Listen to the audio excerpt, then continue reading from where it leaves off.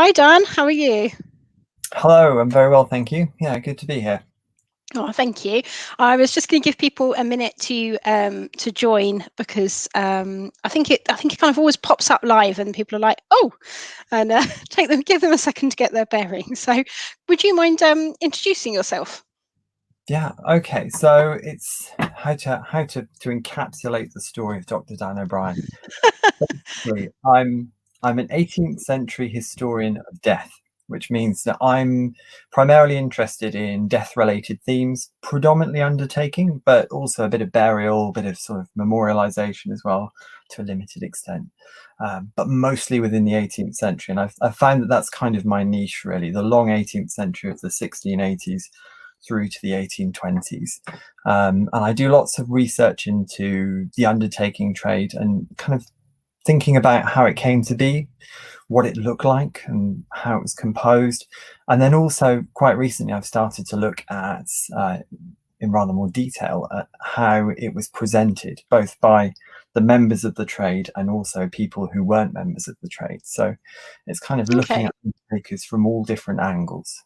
Yeah. Okay, so I can't wait to get stuck in, dig in. I was going to say, and then thought that might be the wrong expression to use when talking about funerals and undertaking. Susie Lennox would approve. I just wanted to. I can see that we've got a few people watching now, so I just want to say, if you want to comment, please feel free to comment with questions or just to comment generally. If you're on Facebook watching, you might need to press the link that appears in the post to allow StreamYard to see your profile, or you can ignore it and just post anonymously. It's just that I won't be able to see your name. Okay, so undertakers. When you say about the development of undertakers, it kind of took me back for a second because I kind of thought, oh yes, that's something I just kind of presumed had always been there, but actually probably wasn't. So I just wondered whether you could tell me a bit about when what I was going to say, what is an undertaker? Is there a kind of set Mm. definition for that? And also, when do undertakers start to appear? So the idea of a definition of an undertaker is an interesting thing because people start to use that word to describe their services in the late 1600s. And it's a time when people are shifting, particularly people at the elite level of society, so people who have lots of sort of status and wealth, are moving away from the traditional structures of organizing funerals, of going to the Royal College of Arms, the heralds, and having the heralds sort of dictate that you can have this many things and that many things, and you can have so many banners or heraldic devices, things that would seem like decorations to us. And these people who are the early undertakers, they come about primarily within London and then also gradually within the larger urban centres from the sort of late 1600s into the early 18th century. And they are primarily people who've chosen to use the word undertaker to describe the fact that they can provide for and organize a funeral. They are essentially undertaking a funeral. So in some ways, it's quite a mundane term, but its appearance is interesting because it, as I would see it, it marks a shift from people who would provide funerary goods within a community as part of their everyday trade to people who want to be seen to be sort of providing all that's respectable and all that's required for a funeral. Okay, so you mentioned there about heraldry. Were there kind of set rules as to what you could Mm. do within a funeral then? So at the elite funerals that were taken under the charge of the College of Arms, there were very, very strict rules. And that was one of the things that led to a degree of upset because the expense of those funerals could be horrendous. And even people of great wealth and great status didn't like the idea of paying so much. So they become, if you like, the first potential customers for the undertakers. And customers are really important because undertaking is, in its earliest forms, a primarily, almost entirely profit-driven enterprise. It only exists where there's a demand to serve it. And in the earliest years, that demand lies with people who are members of the elites who previously were being told that, you can't have these items at your funeral because they're not appropriate for your status, if you like. With an undertaker, the undertaker can provide whatever you want them to provide. So you can start having things that are a bit above your station, but you might want them. So yeah, under the heralds, there are a lot of rules. As from my perspective, sometimes it's an almost befuddling amount of rules to do with the numbers of people, the numbers of flags that you can use, different kinds of like flags and various symbols like escutcheons and little devices that maybe have a coat of arms on them, and all of those things are very meaningful and very important components of a display that is sort of geared towards that person's station in society, but at the same time also sort of constrains those people to having what is appropriate for their level. So in a way, if we're viewing the undertakers in a really positive way, they allow people to break away from that and go to something different. And most of those early undertakers, particularly the ones in London, have some contact with those heralds in the first instance. So they are maybe providing services for them. They might be making coffins, they might be making wax candles for the funeral, they might be providing other material for the decorative devices or the flags. They might be painting heraldic items. So, the role of herald painter is the starting point for several undertakers. So essentially, these guys are entrepreneurs of a sort. Yeah. I was going to say, so the people that become the undertakers, it sounds like they would be of more of a lower class or a lower status than the people that they're actually providing the service for, and also for the heraldry. I always struggle to say that word. Organization. So yeah, that's interesting. So I had heard that a lot of undertakers were originally carpenters, and that they'd gone into the job through providing coffins. So that's got an element of accuracy to it, I suppose. Oh, definitely. Yeah. Okay. You find in the earliest instances, you find lots of carpenters, upholsterers, people who have knowledge and experience that's useful for the organization of those earlier funerals.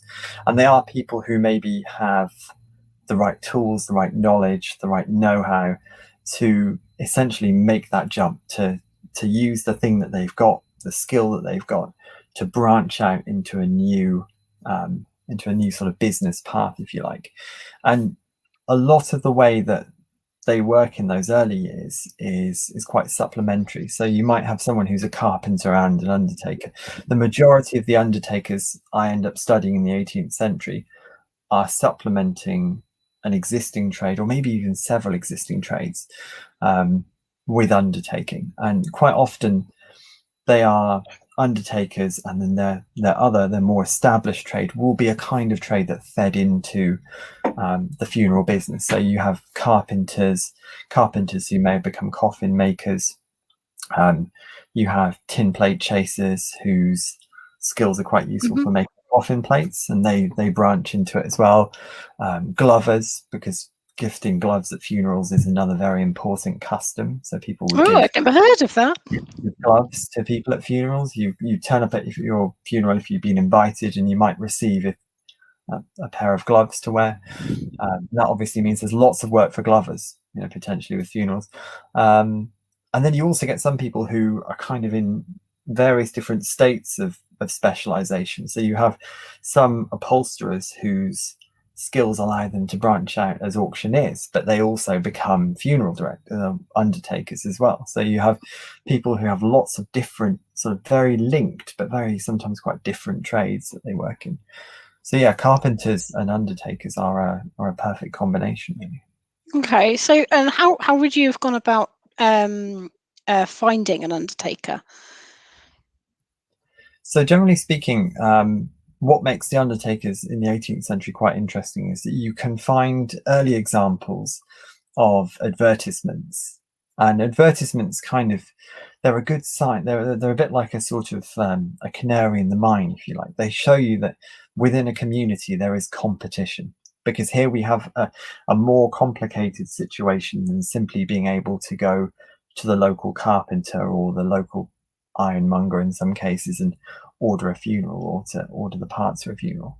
Here you have a community where maybe there are several different individuals who are undertakers, and they're starting to compete for trade. So in quite a lot of smaller communities, you'll probably still be going to the same individual that everyone went to, maybe a local carpenter who over time has established himself as an undertaker, but has always been a trusted person that people went to.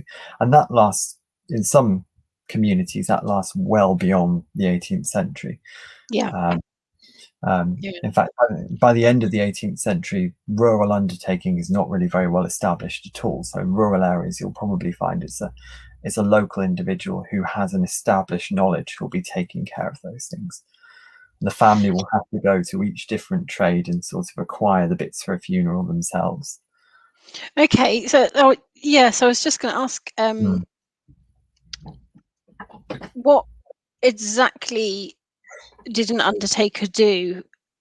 What was their, so you've talked about acquiring bits and kind of helping with some of those traditions, but what would their kind of like end-to-end role be? So often what you will have is a situation where, say, for example, if you've got a reasonably well-established undertaker, it may be the case that they produce several items in their own premises and maybe have a stock of coffins, say, for example. But there may be items that they can't acquire. So those items are going to be sourced from a warehouse or another provider of goods. So you might have a warehouse or an individual who provides lots of different items. So gloves, for example, scarves, hat bands, cloaks from people to wear during the funeral.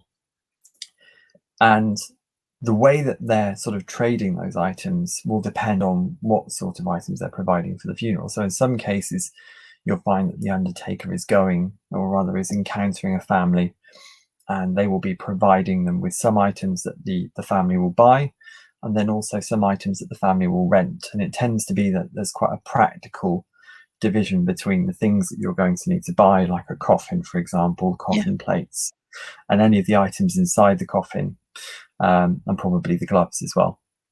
And then the items which you will rent. So, for example, it's very likely that you'll rent a pall, because the pall will just hang over the coffin. Then at the end, the pall will be returned. Same with the mourning gowns as well. Quite often, the little gowns that people wear, and you see them wearing in the mid 1700s, those items will be rented, they'll be worn, and then they'll be returned afterwards. So effectively, the undertaker's convenience is that they provide a sort of one-person contact with the family member, the executor, maybe, and they then sort of act as a middleman and organize those other trades behind the scenes. So they might have a warehouse of their own, or they might depend on the skills of other individuals, but they're kind of acting as a singular face. And then organizing all the messy bits behind. So from the family's perspective, it's potentially more convenient because they don't have to go to each different tradesperson and sort of source the items for themselves. They can go to one individual, request a respectable funeral, and so forth.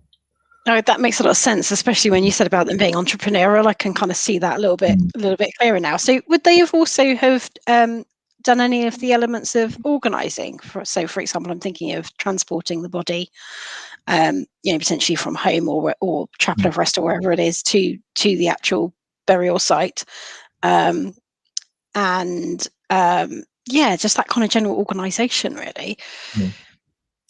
Yeah, the undertakers are primarily those individuals who will organize and manage the transportation of the dead.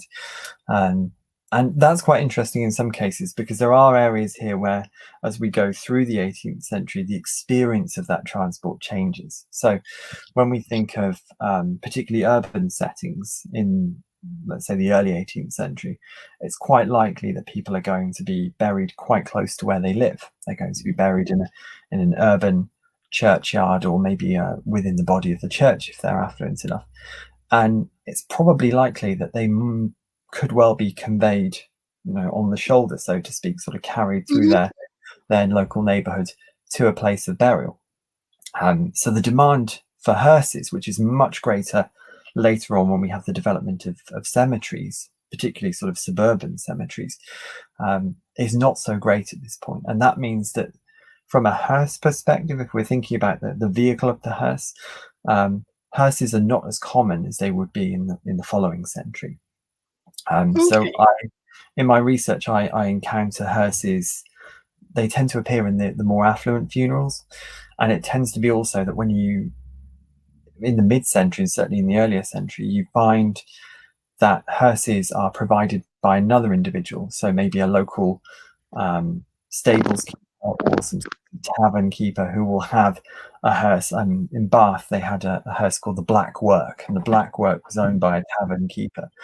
And he rent it out to the undertakers who needed it. So they couldn't really afford to keep horses or a hearse. It was more convenient for them to rent it as they needed to. You do I get love some really, really cool examples, though, of particularly with the affluent funerals, where an individual dies in, say, for example, in London, and then has to be transported all the way back to their rural seat, to be buried. And some of those journeys are fantastic. I mean, it's all expenses. There are hearses, there are coaches, there are various night stops on the way, and on the night stops, the individual will be kept in a specially decorated room in a local inn, and obviously that takes meticulous organization. When you look through funeral bills, you'll find that the undertaker, in quite a lot of cases, is being paid a lot to travel around and personally oversee those different stages of the process, as well as usually a band of workers who have to go and sort of set everything up, take it down, and that sort of thing. So, yeah, I was just thinking that would be such a logistical nightmare. Which you don't necessarily know exactly how long it's going to take you to get somewhere if you're going by horse and carriage, for example, and trying to factor in the horses needing a rest and or switching out and those kind of complications as well. Yeah, I can imagine. Yeah, fair play. A logistical nightmare. So when we're talking about funerals, they sound like incredibly grand affairs a lot of the time. Did everybody have a funeral of sorts, or were funerals very much exclusively for the richer part of society? Everyone has a funeral. From a historian's perspective, it's easier you're more likely to encounter lots of detail with the more affluent funerals, because I suppose, as with all aspects of history, they tend to leave a much sort of clearer signature on the historical record. You have lots of different organizational documents. You have lots of different sort of proofs that things have happened and contacts between people have happened. But when you look to the example of the common funeral, there's a very sort of clear common funeral, and you can start to see trends emerge whereby people start to require coffins. So in previous centuries, people are being buried in a winding sheet or a shroud. So when you see sort of historical images of funerals and a burial, you'll encounter usually what can be seemingly quite a macabre image of almost like a human wrapped up in a blanket. So, and that's that eventually does get replaced as we go through the 17th century. Coffins become, and individual coffins as well, become more common, and you end up with a situation where there's almost a hierarchy of coffins, and sometimes it's a hierarchy of coffins which one would imagine an individual's not always going to be aware of, but it's more a case of knowing that you've got a slightly better coffin, maybe with different construction techniques used. So we have simple coffins, for example, which are quite sort of austere, maybe wooden and quite plain by some respects, but they're very practical. They achieve their role, they contain the dead. And then at the higher levels, you have coffins which, as I'm sure Susie will be familiar with, have things to keep resurrectionists out of the coffin, and various different techniques that are intended to sort of protect the dead body. But then also other things which are purely decorative. Some fantastic examples of cloth-covered coffins where they're either sort of red or black, covered in material on the outside and usually decorated with lots of nails as well. So you have these little shiny nail heads going all the way around in patterns. And from archaeological examples, there are lots of different types of patterns as well. So these are all things that people would potentially see. And some of those things are a consequence of where you're going to be buried as well. So if you're going to be put into a vault chances are that you're going to need a lead shell to contain your body, and the nature of your coffin's construction is going to have to sort of mitigate the risk of you maybe leaking out the side of the coffin or something gruesome like that. I had to make it gruesome eventually, so that's So what do we know why people moved away from being wrapped in shrouds without a coffin to moving towards a wooden coffin? Was that to do with the, wasn't anything to do with the taxation on you had to be buried in woolen shroud at one point, didn't you? Yeah. I can't remember the dates, but yeah, I was just wondering kind of why it transitioned from one to the other. There are lots of quite interesting arguments about how people came to that situation, and how and why the body came to be concealed within the coffin. There are some assertions that maybe people were starting to become a bit squeamish about contact with the dead, and the dead were being sort of retreated from public society and from polite society. So in some respects, you can see evidence there of people's attempt to try and conceal the dead and to keep them away. Okay. I think also there is a sort of shift when it comes to some of the techniques and the trades involved that, on a simple level, makes it more possible for people to have wooden coffins. That's got to make it easier for people, and particularly when you have the establishment of coffin makers as well, and people who actually have like large warehouses with coffins pre-made as well. So these are not coffins where you have to go and request a coffin from the local carpenter. These are sort of children's sized coffins and adult sized coffins. Okay. I just had a question come through actually from Helen, who says, did some coffins have bells incorporated into them, or is that a myth? Did they have bells incorporated? Yeah, in case you were buried alive. Yeah. It's weird. I remember seeing a diagram of a coffin that had a bell, but I don't know if it's weird. I've never personally encountered an 18th century coffin with like a warning bell system. Although I am very conscious of people's concern about premature burial, and the alleged horrors of premature burial, and the sort of proofs for it happening, and the attempts to sort of mitigate its happening. I haven't come across an account of a coffin with a bell in it, though, within the 18th century. That's interesting. It's quite a curious one, though, because one of the things I have encountered is people being very conscious of their being buried within a coffin. So there's one lady whose will I was reading, well, funerary instructions rather, than I was reading, and she was very particular that she should be kept in her coffin with the lid sealed for several days before she was buried, and that when she was buried in her vault, if it was possible, she would like an arch constructed over the coffin. So it was almost as if she was, it rather gave us conscious sort of thinking about being in this coffin, and think, well, I would like an arch just in case I need to get out. And it seemed really odd, but it seemed like she was almost preoccupied with this vision of being trapped within a coffin. And it's interesting to think of people planning their funeral, but also at the same time thinking about themselves as a dead body as well. I suppose that's really interesting, because today, obviously we have more choice over what happens to our remains. We can be buried or we can be cremated. You could donate your body to science, I suppose, and then I suppose if you were crazy rich, you could potentially even have parts of you frozen. Though I should think that's still exceptionally rare. But yeah, it's strange to think that when you thought about being when you thought about dying, and when you thought about your body, the only option was to be buried, I suppose, because cremation didn't come in until quite a lot later, didn't it? Yeah, so in the 18th century, there's quite a bit of there's an awareness of cremation as a solution, as a possibility, but there's very much a hostility towards.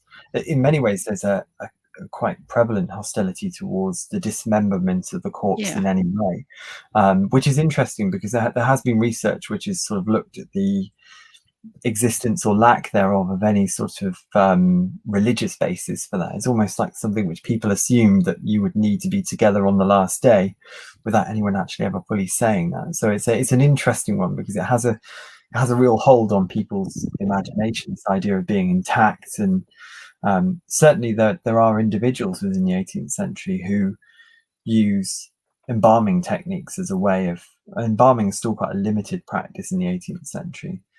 There are some famous examples of embalmers and some famous cases of people who've been embalmed, but you don't see large numbers of people being embalmed.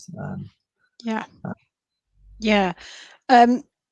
Well, I suppose that's similar today. I mean, you don't see large numbers of people donating their bodies to science, for example, or being stuffed and put into a university hallway like what's his name? Jeremy Bentham. Yeah, who's gone missing lots of times, hasn't he? Yeah. Yeah. So what were kind of, if you were to rock up at an 18th century funeral for your kind of average funeral, I suppose, so maybe people more of a kind of middling class, what kind of things would you see, and how would that compare to what we might see at a funeral nowadays? I think probably the most notable differences would be in the way that you came to be at the funeral. The 18th century, there's the sort of developing custom of funerary invitation, whereby you're sort of requested to attend a funeral by a special card, usually quite a very decorated card, that will specify the time and place that you have to attend.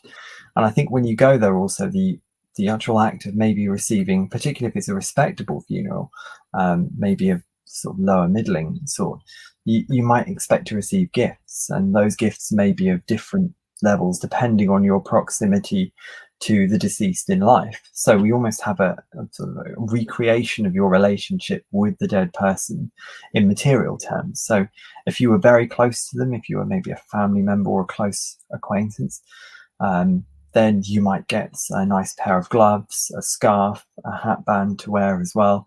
And those are all mementos, but they're also very functional at the same time, because when you do eventually when you process through the middle of the town with the body, you're going to be doing so in quite a uniform way, and you're going to be in a sort of a set space depending on where your relationship with the dead person puts you. I think probably one of the things that would strike people most would be the fact that you're going to be buried probably quite locally, for most of the 18th century, quite locally to where you're buried. So there isn't going to be a cemetery necessarily. Until the very, very, very end of the period I study, there aren't really cemeteries at all. So you're going to be buried in the parish churchyard, or possibly within the body of the church. Again, the closer to the altar you are, the closer to other areas of significance within that church you are, the more status you're likely to be. And I think for the most part, it's those small details, it's those things like being in a church and the expectation that you will be in a church for a funeral service, the decoration of those spaces as well. So both the bereaved household and the church are likely to be decorated in some way. Now, the scale of that decoration, again, is going to depend on how affluent the deceased was. But in a lot of cases, that would be quite stark. I think we would be quite surprised by the amount of like candlesticks and black cloth and maybe escutcheons as well. Escutcheons are one of those things that you don't really. What's the scutcheon? The escutcheon is a sort of they vary in size and material, but generally they're a sort of like a little shield-shaped device that has a picture or some kind of heraldry or a type of or an imitation of heraldry. And because they appear in so many different sort of materials, they can be everywhere. So they might be on the walls of the bereaved household. They might be placed on the coffin as well. Makes them a bit of a target when it comes to going through an urban setting. People like to poach them and grab them off the coffin as it goes by. So there are all these small things that maybe we wouldn't be used to seeing. The mutes, for example, my beloved mutes. I just look out the way. Mutes on the doors of the bereaved household, there to greet you, maybe not to make eye contact with you, and possibly to shed a tear. There are suggestions that, a good mute can shed a tear and look very sad and dour. Okay. Okay. So you wouldn't have hired like wailing women. So going much further back. I've never encountered wailing women at an 18th century film, but someone did mention them before, this idea of having very sort of like aggressively mourning characters at funerals. But for the most part, it seems like the funerals I've studied are sort of typified by a sort of a very deliberate, mournful silence, and then obviously the sound of the muffled church bells as well. It's a very sort of gloomy landscape they're attempting to create, and it's one way your expectations are kind of meant to guide you from one stage to the next. So you expect these things, you expect these experiences, and achieving them is how you get a good funeral. Okay, there's something that sounds so recognizably British about that, and I don't know if that's just me. Yeah. I just had an interesting question pop up from Robert, actually, who says, did undertakers participate in reburials? For example, where a body has to be reburied in unconsecrated ground? It makes me wonder whether Robert's got a case in his family history. No, because that sounds interesting. Really interesting question. I've not come across that, but I could imagine, whilst I've not come across that, I would imagine that they probably could and would, because there is in many ways there's a freedom to the undertaker and what the undertaker does that's kind of dictated by what they will allow themselves to do, which is why people can be quite suspicious towards undertakers, because they are guided by their own moral compass, if you like. Things which people might find detestable or uncomfortable, they can decide are okay. Yeah, Robert's just mentioned, like, for example, suicide. That's what he was thinking of. Okay. Susie as well has just like kind of preempted my next question, actually, which was when you were talking about funeral symbols and some of the recognizable symbols. One of the first things that came to my mind was lilies. I always associate lilies with funerals and with death in general. And Susie wanted to know, when did flowers start to be put on top of coffins, for example, wreaths or sheaf, or the full floral arrangements, for example? So flowers are an interesting one, because you do come across flowers in folk traditions appear in funerals, particularly there are these delightful crowns that are made to commemorate people who've died who died outside of marriage, maidens' garlands, and they incorporate some very interesting things like flowers and other materials, and they are sometimes hung in churches as well, which would be an early example of flowers within a funerary setting. In terms of flowers on the coffin, flowers don't really, in the 18th century, I haven't really encountered flowers on the coffin. Other things go on the coffin, and I suppose when they stop being on the coffin, that's probably when flowers start to come along. And actually, one really good example I can think of, which I suppose the more I think about it, it's probably not as totally true as I imagine it would be, but one thing you do encounter a lot of on top of coffins in the idealized 18th century funeral are ostrich feathers, and sort of plumes of ostrich feathers. You tend to see them placed in much the same way that we would traditionally place flowers nowadays, so on top of the coffin in usually like 3 little sets and sitting on top of the pall, and those plumes would be everywhere. So they would also be on the heads of the horses. They would probably be carried by some people on staves as well, like mutes. They might have little sort of plumes as well. And I was just going to say, is that purely because they're black and white, do you think, or is there any particular reason why ostrich feathers, other than potentially showing off? Well, this is the thing. I mean, particularly within parts of the 18th century, ostrich feathers are still sort of acquired via wild ostriches as well. So there is a point where ostrich farming develops, and ostrich farming for the purpose of ostrich plumes changes the landscape slightly, because it gives you lots of opportunities to provide more plumes, and there are there's some interesting research out there into the development of ostrich farms and their impact on the ostrich business. But it's really interesting because when you think of obviously what an ostrich plume lends to a funeral, you do have those sort of really impressive black or white plumes, and those are the sort of core colors of the funeral as well. So if we think of if we just think of one of these mutes, for example, the wrong way, one of these mutes, for example, pointing the wrong way. The mute here is wearing, I do it that way, there we go, he's wearing a hat band all the way up there, and also a scarf which is worn across the body in a hoop. In this particular instance, he's wearing a white one, which gives an indication that it's an unmarried man or woman, or possibly a child's funeral. If it was a married man, his chances are or a married woman, he'll be wearing a black scarf and a black hat band as well. So there you have that sort of white-black distinction. It's quite useful with ostrich plumes. But at the same time, they're also quite convenient because they're quite large and they're quite sort of impactful. I have come across other kinds of bird feathers, like dyed black bird feathers, which I suppose serve the same role, but would definitely have been less impressive, I would say, as compared with sort of big fashionable ostrich plumes. Yeah. And it has it because people when people think about undertakers, and when they mock the undertakers, which is another one of my sort of favorite subjects, about how people lampoon the undertakers in their community. Mr. Ostrich is a name that sort of goes around. So people start to call fictional undertakers, Mr. Ostrich or Ostrich, because that's the thing that's almost synonymous with the trade, these ostrich feathers. So it's weird, but it is interesting how they do seem to sort of perform that flowery role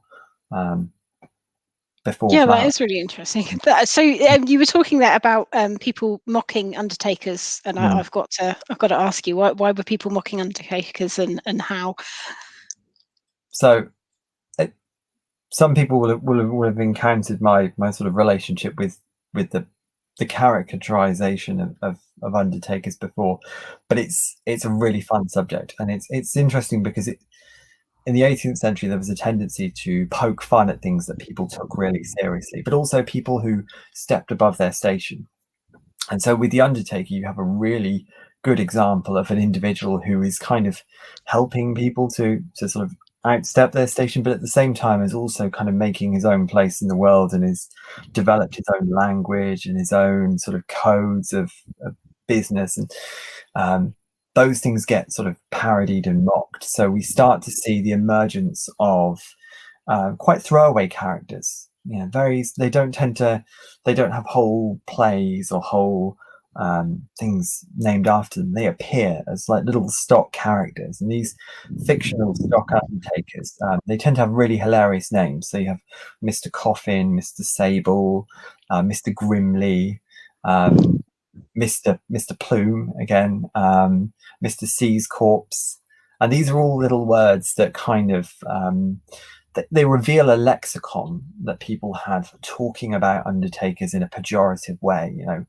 poking fun at them, calling them death hunters, calling them ravens, trying to sort of mock them for the way that essentially they benefited from death, and this underlying awkwardness and this uncomfortableness with the fact that these individuals trade in death. They when we suffer and when we feel sad, they get wealthy, and it's quite it really does get played upon. So you end up with undertakers who are incredibly upset and deeply sad that someone has survived.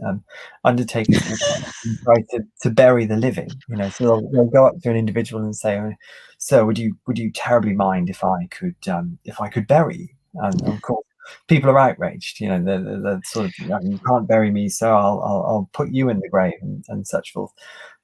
So there is there's an attempt to mock it, but at the same time, it's what's interesting from a historian of the undertaker's perspective is that here you have something which shows people's knowledge of the trade, because obviously you can't mock these people if folk don't know who they are. So people the undertaker, they must have these anxieties and these suspicions in their mind. They must have these prejudices locked in, if you like. So those things are really interesting, and it gives us, it sort of teases a glimpse into the mind of the undertaker's customers. On the one hand, we know from the records and from the success of the trade that these people were more than happy to use undertakers. But in the parody of undertakers, we see an attempt to sort of let out some of this awkwardness and this discomfort with, you know, what they do, and maybe a squeamishness about what they might do when the doors are closed. And I think I think we still get that today, don't we? Yeah, that makes total sense. And am I right in thinking that undertakers, it quite often was a profession that would pass down in family, so you get generations and generations of the same family, you know, and still do today, you know, you do. undertaking. Yeah. Yeah. Yeah. So Okay. what you find is that you can usually, newspapers are quite good for actually, because if you're diligent enough and you sort of go at it, you can find the point where one undertaker dies and then another family member sort of takes over the business, does that sort of obligatory step of announcing themselves, you know, I'm taking over the business, and I'd like to acquaint all my father's friends that, you know, I'll provide them with the same services and the same diligence that he did. And that's quite interesting, because sometimes that transition isn't perfect. There's a sort of Yeah. rockiness to it, because what happens sometimes is that, in addition to having family members who follow after each other, you may also have members of the undertaker's company who decide to branch out on their own, or who are entrusted with the business when the undertaker dies. And then you end up with these, it's a bit like a family tree of undertakers, I suppose. You have these awkward branches of one individual telling everyone that, you know, I was the foreman under this undertaker and I was trusted with him for many years of good service, and I acquaint all of his customers to come to me. At the same time, you have a family member who's taken over and says, well, actually, I'm the son of the previous undertaker. I also wish to entreat myself. And some of those, you can, through the very sort of restrained language of newspaper advertising at the time, you can see these struggles between family members. So two sons, for example, who are squabbling over the business of their father. In some cases, as I've said before, you might have a business member who kind of goes against the remaining family members. And when you have particularly competitive urban markets as well, it's not too hard for those individuals all to coexist. So you end up with these very sort of complicated. I tried to map it once for Bath. I had different lines going in various different directions. This person worked for this person at this time, and then he went off on his own, and his son took over. But then this person came along. It's confusing, but it shows that, you know, when the market's there, there's an opportunity to be had. And you find widows who take over their husband's business. I was just about to ask, actually, Yeah. you mean, you say sons, do you have female undertakers, or what role do women play within this kind of undertaking business? So I've encountered a few really good examples of widows who take over their husband's businesses and run the husband's business for many years. Sometimes they do hand the business over to a younger, like a son who is too young to take over when the husband dies. And in some cases, they do continue it on until they either give up the business or specialize in a different path. Because often that's one thing you find with undertaking businesses, is sometimes they don't always succeed. And in that particular instance, you may have an undertaker who, she might decide to not follow that line anymore and moves off into another field. And that happens whether it's men or women, really. Is you find that same sort of branching of the business.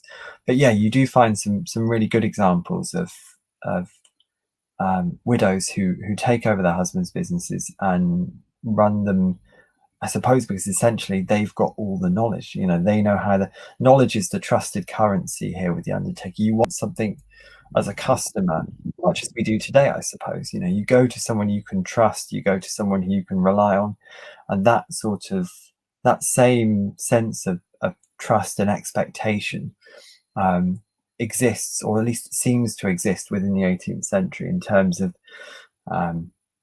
The people whose businesses do well are the people who can really trade on that success.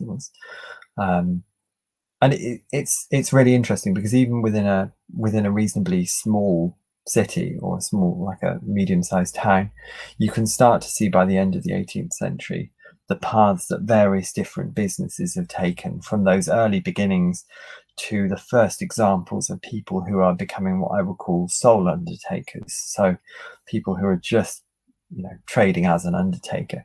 And those are really interesting because those individuals tend to be the people who have the big warehouse that rents out items to other funeral businesses as well. Okay. So they're the real success stories, and you tend to get a few of those within a society.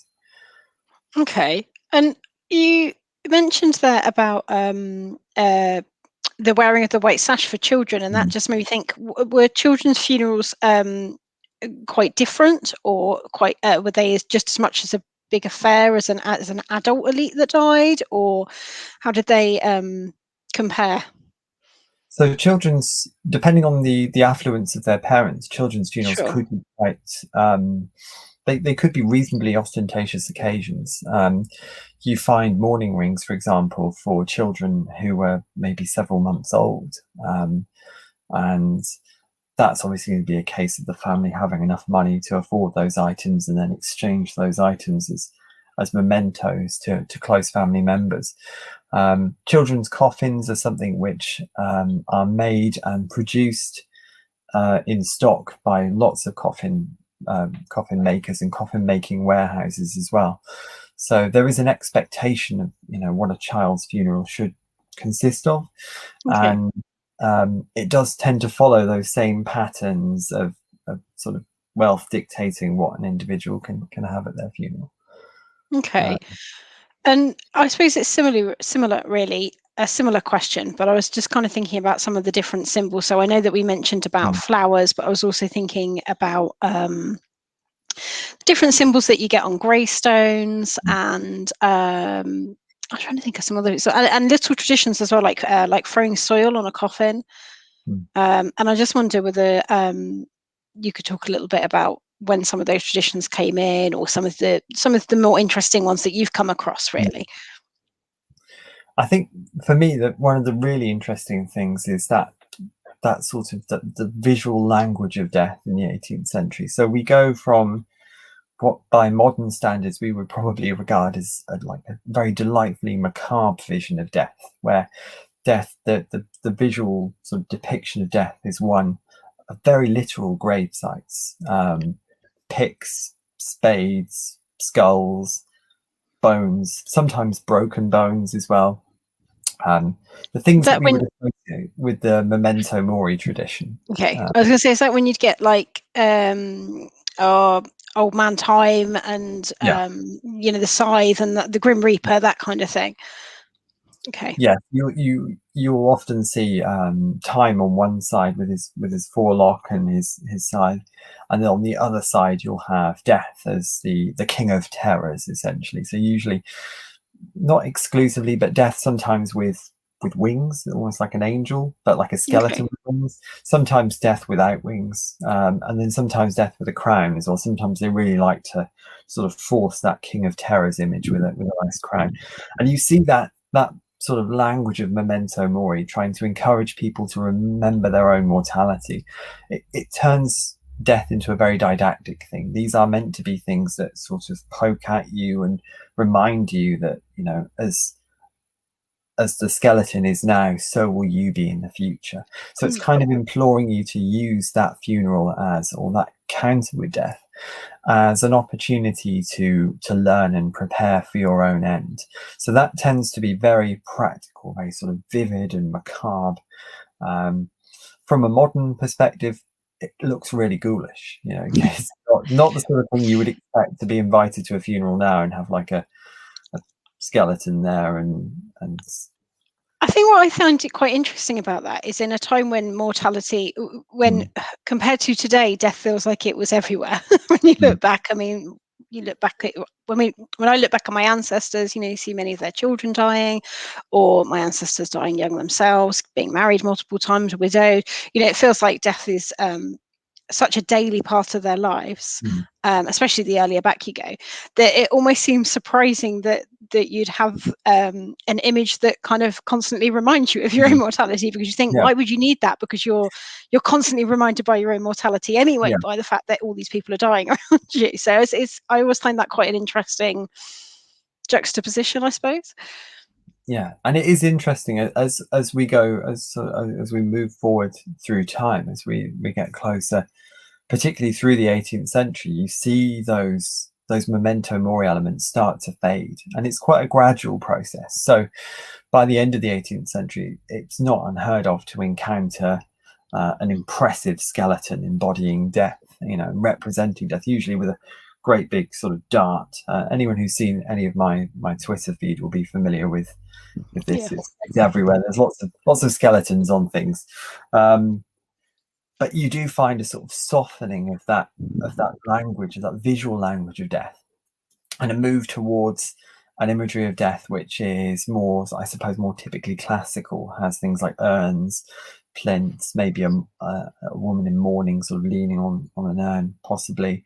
And it's a far softer, it's a far more comforting image of death. It's a more peaceful, more sort of quieter vision of death, almost as some people have suggested, almost as a sleep rather than an end or an yeah. Do you think it starts to be a kind of almost like a romanticization of death at times? Yeah, it does seem to move away from the very sort of practical, very temporal vision of death that we get in the memento mori. So in the memento mori, you tend to be thinking about what death looks like here, whereas in the later imagery, it's almost like a vision of what the other side might be, like a very peaceful vision. And you see that at various different levels of the sort of the visual encounter with death. So probably the best example, if you've ever encountered the funeral invitations or the trade cards that Undertakers produce, you can really chart the progression from sort of lots of skeletons to urns. And also with some of the Undertakers trade materials, there's a real shift towards actually talking about what the Undertaker does and showing hearses in action, hearses going through the streets, hearses going out into the countryside, a vision of death which really takes it away from the horror maybe of some of the original images of death in the memento mori.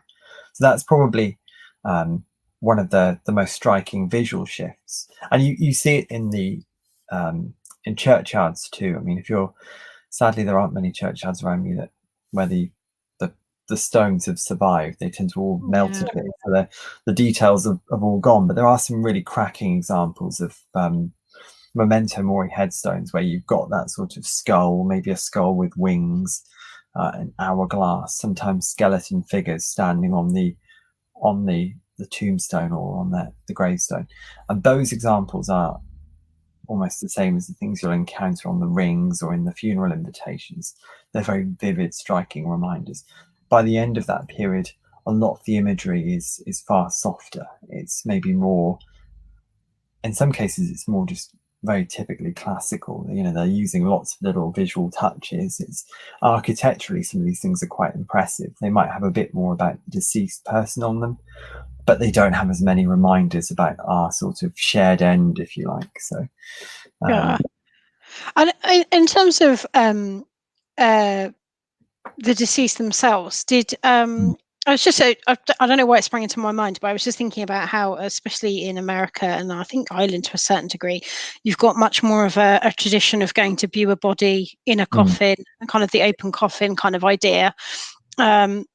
Whereas I don't, I mean, it might just be me, but I don't think that's quite so prevalent in England and Wales. I'm not sure about Scotland, but I just was wondering whether that's something that's changed over time, or whether that's kind of always been, whether funerals were always relatively quick and bodies less visible, I guess. If that makes sense. Sorry, that was such a rambling question. It's interesting because in the 18th century, certainly from from visual examples from the 18th century, we do see bodies being presented in coffins, usually in the dead person's household, or in what I would call the bereaved household. We have a coffin that might be open, and the coffin will be open to be viewed by family members and friends before the funeral, like the funeral procession commences. And it will sometimes be watched by individuals as well, who will remain there with the coffin and with the person. That serves a double purpose. Obviously, it's a sort of vigil, but at the same time, it also gives you an opportunity to be doubly sure that the person actually hasn't, well, that they're dead, essentially. Yeah, it's interesting what people what gives different people comfort. 'Cause I know when my partner's father died, there he's Irish, and they had the body in the house for I think it was at least one night, and he stayed with his father, and he found that quite comforting. I found it a little bit harder to kind of understand, because it's not something that I've had it done in my family, so it was almost like a tradition in his family. But yeah, he did take quite a lot of comfort out of just seeing his father one last time and being with him overnight. So I guess that element would have been there in the past as well, different people finding comfort in different practices and traditions. And it really does, it also has a very sort of material effect on the way that the shroud develops. So the English shroud moves from being that winding sheet we talked about at the beginning, sort of person wrapped up in I actually did that. Was I back in my undergraduate, I did a mock 17th century funeral where we buried a teddy bear. It was wrapped up in a winding sheet, which always comes back to surprise me from that. Yeah, you move from that towards something which is far more geared to sort of show someone's face when they're in the coffin. Often you'll have like a little blanket or a cloth within the coffin that covers the rest of the person's body, and that could be pinned to the side of the coffin to give the impression of like a quilt lying over the top of them. Okay. And that kind of allows them to be viewed within the coffin without it being too much of an uncomfortable or a ghoulish experience at the same time. Which is also, I suppose, useful because people at that time, when you see the little images of people at funeral events, they might be stood around a coffin, sometimes open, sometimes closed. The coffin, if it's closed, might also have the pall on top by that stage, and those individuals will be taking drinks usually, or being offered little sweetmeats. To get that right, it's not sweetmeats, not sweetbreads. Okay. And often tray, so you'll have a few little serving people going around offering drinks to people, maybe with a jug, and those people will be taking a few sort of drinks and a few things before they go off on the funeral. But they might also be carrying little sprigs of rosemary, which obviously just aids the scent in the room, just makes things a bit more pleasant. And so it's small touches like that, and those things are really cool to see in visual examples, because often those visual examples are quite simplistic, and they often represent an ideal rather than the normality for people. But it's those small little touches that show you, what it would be like to be at one of those funerals. And there are some things that are similar to us and that we can recognize, and then there are some things which seem a bit weird as well at the same time. Okay. I'll just noticed the time, so I just wanted to say to anyone, if you do have any more questions, please do feel free to pop on, and I'll ask them before Dan and I have to wrap up. But one thing that just popped into my mind again whilst you were talking about drinks and things was the tradition of the wake, and whether that's got a long tradition or whether that's a fairly new phenomena. Or so you do encounter the eating at funerals is a really interesting and so quite fascinatingly deep subject that can go. You can study food at funerals and the purpose and meaning of food, whether it's a spiritual purpose or a social purpose, all the way from sort of medieval examples of funeral feasts all the way to the present, and the sort of the very practical reality of cucumber sandwiches and tea, and I think ham sandwiches. I mean, it holds no interest to me. I'm a vegan, but ham sandwiches seem to have a real sway over people at funerals. But in the 18th century, you do come across examples of things like funeral biscuits, which are specially made biscuits that are very popular, and they continue to be popular for a long time. And in some examples, that kinds of funerary biscuit have pre-existed the 18th century as well. But the food often falls within that same niche of gift giving as well. So if you go to a funeral, you might expect, if it's an affluent funeral, to be reasonably well dined, to have things to eat. Where it changes in some respects is the giving of large amounts of food to the poor. And the earlier communal traditions of giving large amounts of food in feast form to the poor does decrease somewhat. It tends to be that where gifts of food are given, they're given away from the funeral in another place. So they might be an act of charity, but it's not sort of on site, so to speak. Okay, that's interesting. I've certainly seen off-site mentioned in newspapers. It will say so and so died, and therefore they're paying for all the school children or all the village to have meat or something. Been off-site. Helen has just asked another great question, which I was going to lead into as well, if I can find my mouse. Oh, there it is, disappeared. So Helen was just wondering whether you had any books available. And I was just going to say as well, where can people go to find out a bit more information about how their ancestors may have buried their dead, and what kind of customs and practices they would have taken part in? So in terms of my own efforts, I'm currently working on a monograph about fictional representations of undertakers in the 18th century. So that will be ready. Optimistically, that should be ready within a year's time. I'm sort of drawing all of those pieces together excitedly, and that's going to be my first sort of big thing. So it's coming, and there's lots of work going into it. And once it's done, it should be a reasonably good account of how undertakers were represented fictionally. In terms of the real experience, from a sort of broad historical perspective, I would recommend anything by Dr. Julian Lytton. So if you look out there for any of the funerary writings by Dr. Julian Lytton, they're really interesting. They're a really good introduction, but there's a lot of depth in them as well. So if you want to sort of dig deeper and think about the common funeral in England, all the way from the medieval to the present, there's lots of stuff there to read. And also Clare Gittings as well. Clare Gittings wrote about the 17th century, and in terms of the funerals of both the high and the low in the 17th century. They're very accessible books, and they're still quite interesting. You can dip into certain bits of them if you have a particular interest, like burial or coffins or that sort of thing. So I would recommend them both highly if anyone wants to read up on that. Yeah. Okay, great. And I'll make sure this video and the podcast version will have an accompanying blog post page, which will probably be www.genealogystories.co.uk, and then / probably Dan O'Brien. So probably something really easy, though I will share that, and I'll make sure that all the resources are on there. And where can people find you on Twitter, Dan, if they want to come and follow you? On Twitter, I'm at Dr. Dan _O. Okay. So Dr. Dan _ the underscore is the tricky bit, but it was the easiest. It looked like -0 otherwise. So it's Dr. Dan _O. Okay, great. Dan _1 _O, and that's me.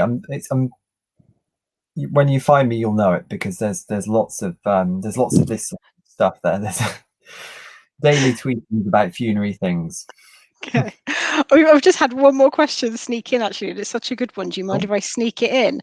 That's from okay. From Jane, who I know will be quite early in the morning where she is. So Jane says, presumably the practice of pallbearing was as much practical as ceremonial, which, yeah, that would make sense. Yeah. So you have with bearing the coffin, in the 18th century parlance, you can have two different kinds. So you have people who are what referred to as the pallbearers, and they support the pall. So at a really ostentatious funeral, they walk on the outside of the coffin, and they will basically just hold the pall, so like the fringe of the pall. And then you have what are called underbearers. Now we would call underbearers pallbearers nowadays. This is where the 18th century people Okay. have developed a whole secondary thing. Now the underbearers actually carry the coffin, so they're underneath the pall. So you've got they're mostly hidden from view, which again it affords them status because they're so close to the deceased, but they are performing that very real duty of like carrying the heft of the coffin. So quite often in the larger funerals, as a charitable act, those individuals might be charity recipients. So they might be given a special suit of clothes, and they might be given like some sort of very kind of pay of some kind in order to bear the coffin of the deceased. So they will, usually in teams of 6 or 8, they will carry the coffin. But unfortunately, the heads of them will be mostly obscured. So you might have the friends might be holding the fringe of the pall in a nice public, very visible position, and then the poor underbearers will be underneath doing all the hard work. But obviously that depends. Again, if funerals where there's less money to go around, you'll probably just have people carrying the coffin, and yeah, they are doing some very heavy practical work there. Particularly because a lot of these coffins are real wooden coffins as well. And there's a lot of weight in the wooden coffin. Yeah. Okay. And I had one that I think you might have to go and look up, and a little mini challenge for you for afterwards was, Right. and I think I mentioned it before when I chatted to you. So I was told that Dalmatians were bred to nip the heels of the horses on horses that were carrying, a hearse. And so that Dalmatians were bred for funeral traditions in like the Victorian era, I think. So a bit later than your period of interest. But I have no idea whether it's an urban myth or not. So if you could find out for me, I'd be really I'm grateful. going to have to go and research this one. Yeah. It's a challenge. It's a challenge I gladly accept. Yeah, it was one of those things that my mum told me. So it could be completely made up, or it could be one of her fantastic nuggets of It has a kernel of history reading. feasibility, though, doesn't it? Yeah, it does. Yeah, You can see the thinking there. Yeah, no, and she's one of these people that's always she reads a lot, so she does kind of collect little nuggets that she can't remember where they came from, but then sometimes they've got like a little bit muddled, like we all do, that you read something like 3 years ago and it's not your expertise, and so you remember bits of it, and then you kind of naturally embellish it in your own mind. So it could be one of those as well. So yeah, it's a little challenge for you. But thank you so much for coming and talking to me. I've really enjoyed it. And there's just to show you, there's lots of comments here saying thank you. So we've got Helen saying she looks forward to your book, and we've got Ali here saying thank you because she found it so informative and enjoyable. And I have had a comment or two from Susie about Susie Lennox, who did mention as well that blacksmiths were involved in more safes. And had you come across any in your research? But I know we're a little bit shy of time, so perhaps we can tweet a few tweets Susie's way. And if anyone's watching and they're wondering why I'm mentioning Susie, it's because I also did an interview with Susie about resurrectionists and body snatching. So the two tie in, and it was Susie who introduced me to Dan. So big thank you to Susie. But yeah, thank you ever so much for joining me. I probably could have talked to you for another hour, to be honest, about all the different traditions. It was really interesting. Yeah, if anyone has any questions for me or Dan, please do come and find us on Twitter. But yeah, thanks very much. That's right. Thank you all for coming, and thank you all for listening as well. It's really good. I very much enjoy talking about this, so it's good to be given any opportunity to. We'll have to have you back. And yeah, good night, everyone.